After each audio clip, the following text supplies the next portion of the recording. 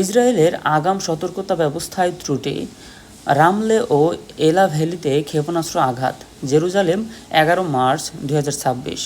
ইসরায়েলের প্রতিরক্ষা বাহিনী আইডিএফ নিশ্চিত করেছে যে গত সোমবার লেবানন থেকে হিজবুল্লাহর ছোড়া দুটি ক্ষেপণাস্ত্র কোনো ধরনের আগাম সতর্কতার সংকেত সাইরেন ছাড়াই দেশটির মধ্যাঞ্চলে আঘাত এনেছে।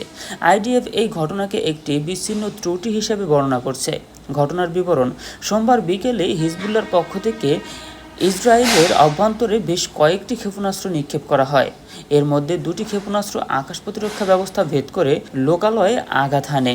রামলে একটি ক্ষেপণাস্ত্র রামলে শহরের একটি শিশু দিবাযত্ন কেন্দ্রে ডে কেয়ারের কাছে আঘাত হানে।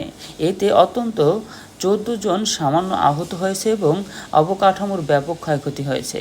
এলা ভ্যালি দ্বিতীয় ক্ষেপণাস্ত্রটি বেইত শেমেশের কাছে এলা ভ্যালিতে অবস্থিত একটি গুরুত্বপূর্ণ স্যাটেলাইট কমিউনিকেশন স্টেশনে সরাসরি আঘাত করে।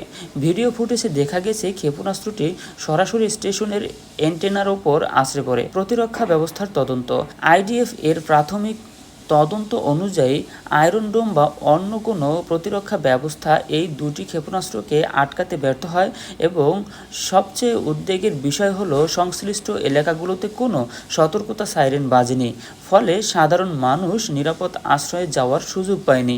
ইসরায়েলি বিমান বাহিনী এবং হোম ফ্রন্ট কমান্ড যৌথভাবে এই ত্রুটির কারণ অনুসন্ধান করছে। আইডিএফ জানিয়েছে এটি কোনো নতুন ধরনের প্রযুক্তিগত হুমকি ছিল না, বরং একটি কারিগরি ত্রুটির কারণেই এই ব্যর্থতা ঘটেছে। ভবিষ্যতে এই ধরনের পরিস্থিতি এড়াতে ইতিমধ্যে প্রতিরক্ষা ব্যবস্থায় প্রয়োজনীয় পরিবর্তন আনা হয়েছে বলে দাবি করেছে সেনাবাহিনী।